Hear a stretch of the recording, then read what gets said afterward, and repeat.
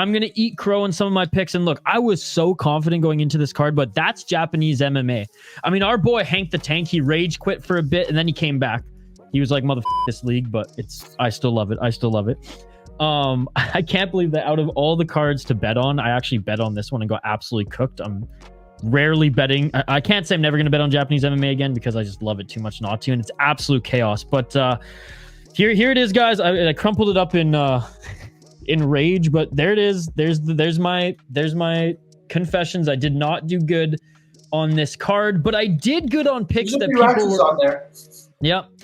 I did do good on bouts that people were ridiculing me for, like the Archuleta one. I knew Asakura was going to counter him. Well, actually, I knew that was his path to victory. But as soon as I heard that Juan was having weight issues and was sick, I was like, easy money. And I got him at plus 100 before he became the favorite at minus 185. So happy with that. Just single money line bet. That one was good. Horiguchi, I mean, I knew he was going to win. I did not think he was going to out-grapple the young Shinryu, who's massive for 125. Kleber, I thought he'd get the submission sooner, but I did not think he'd stand and strike with his boy, but I knew that one was going to get it. Yeah, man, though, despite that was an awesome fit. That was one of my underdog picks, Kyle, that did not go through. Two kickboxers making their MMA debut, and they just slugged it out, dude. I love that battle. Oh, yeah. Ren Hiramoto getting the better of him. So, yeah, man, again, it went decision, but I knew Ren Hiramoto was going to win. And Ren's younger brother, too. He was an underdog that I didn't take in the first bout. Yushi Sakura looked awful. And shout out to Ren's little brother. He crushed it as well. Two 17-year-olds went at it, Kyle. The two youngest fighters that RIZIN has ever employed. They went at it, and Tenshin Nazukawa, he's like a very famous kickboxer in Japan. He actually fought Floyd Mayweather in boxing on a RIZIN card as an exhibition match. He's 26-year-old superstar in Japan. His younger brother 2 weeks ago fought in a Rise Kickboxing, which is an awesome kickboxing promotion under the K1 banner. He won a fight 2 weeks ago. The CEO of RIZIN, he was there ringside, and he straight up called him. He was like, I want to be part of RIZIN. I want to fight MMA. And he's like, how about in 2 weeks on the New Year's show? So he answered the bell 2 weeks later against a regional Korean kickboxer, this lanky freaking Jacob Collins from Trailer Park Boys looking motherfucker. He freaking actually looked pretty good against Tenshin's younger brother, but that was a good one. I knew Nasakura was going to win. Not Nasukawa, my apology, was going to win. So we won that one. We did good on the Shinotsuka, minus 300. Suguru Ni, which again, for those of you who haven't watched the video on our channel, the PFL's a joke. Here's why. Our boy Suguru Ni, who broke his high school buddy's orbital bone and then kicked him in the face in his last RIZIN event, the king of Pancrase, he cashed at plus 100 with the overhand right.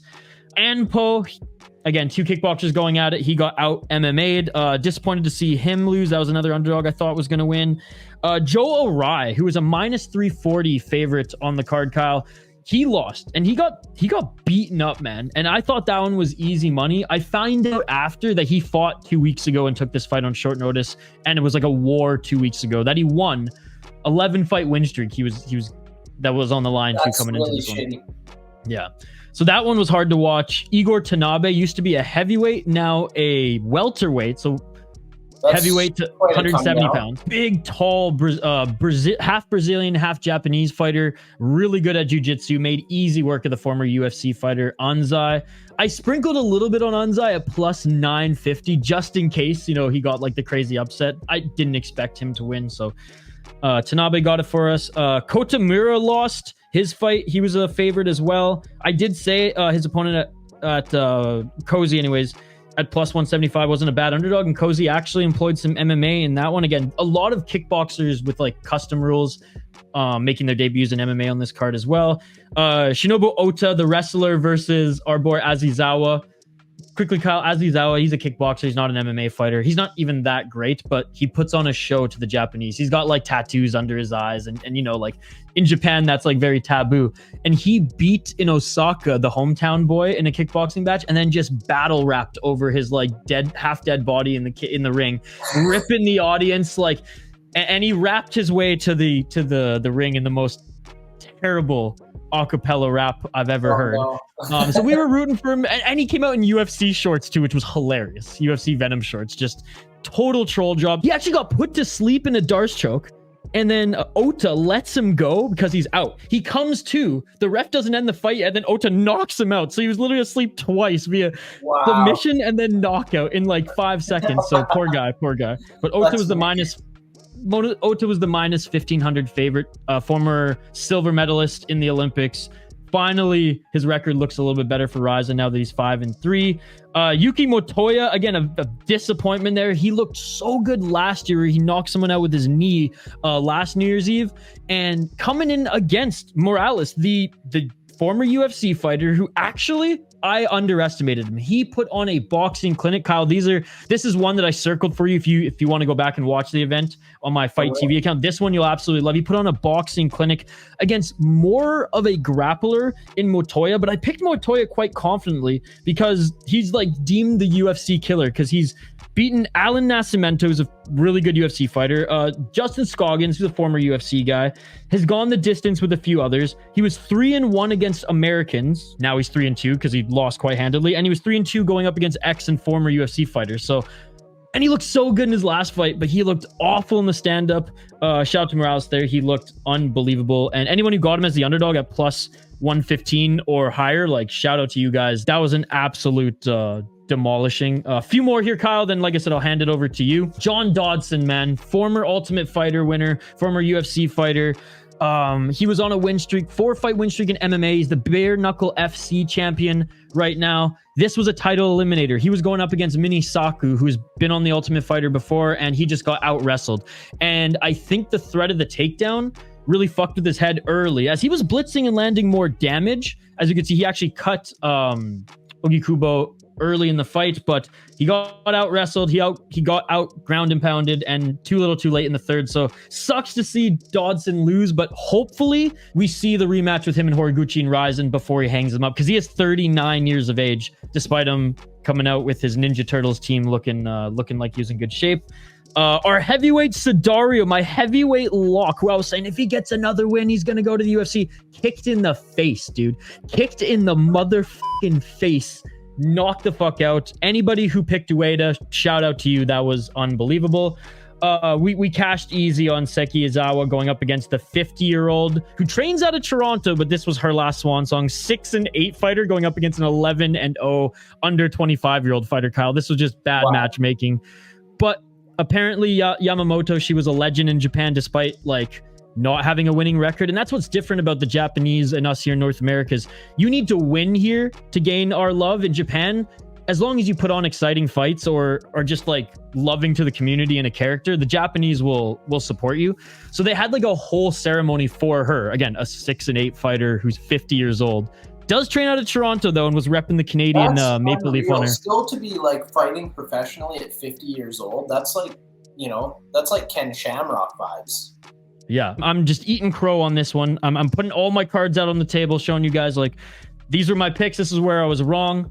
So who do we have next? The Yaman, obviously. I lost on that one, but we won on that one because Ren Hiramoto actually looked pretty good employing the mixed martial arts, something that I was super critical of. And Yaman, win or lose, he's one of those guys, Kyle, he can have a losing record in mixed martial arts. He was making his debut in mixed martial arts. He's a 14-4 kickboxer. He came in and just like left it all out there. And he was, and another thing, he was bawling after his loss. Because in Japan, if you lose a fight like that brings dishonor to your coach and family. Like that is a real thing there. So like a lot of these guys who lost wars or who got submitted or knocked out were like bawling, like so sad after these fights, which was crazy. Like a good display of respect. They shook the hand of their opponent and whatnot, but it was bad. And she was a 3-time gold medalist too. There you go, AJ. Yeah, absolutely. And it was cool to see that she trained out of Toronto for a lot of her career as well.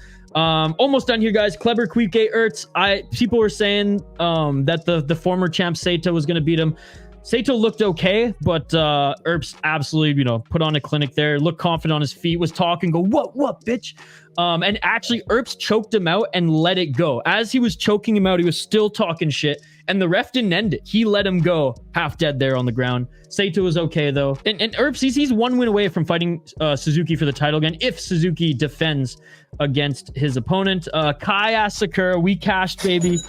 plus 100 I got him at. Juan Archuleta, like I said, 8 fights into the show, and we still didn't know if Juan was going to be fighting yet. Or sorry, 8 hours into the show. As shout out to Japan, 1 hour before it started, he made weight.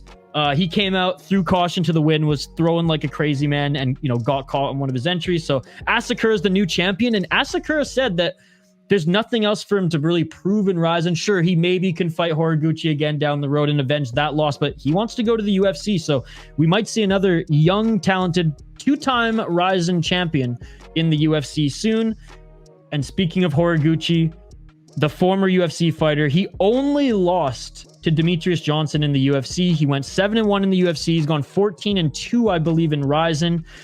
He's fought in Bellator. Dude, he's the 2-time Shuto Japan winner, 2-time bantamweight RIZIN champion, RIZIN Grand Prix champion, and Bellator champion. And now he's the new flyweight RIZIN champion.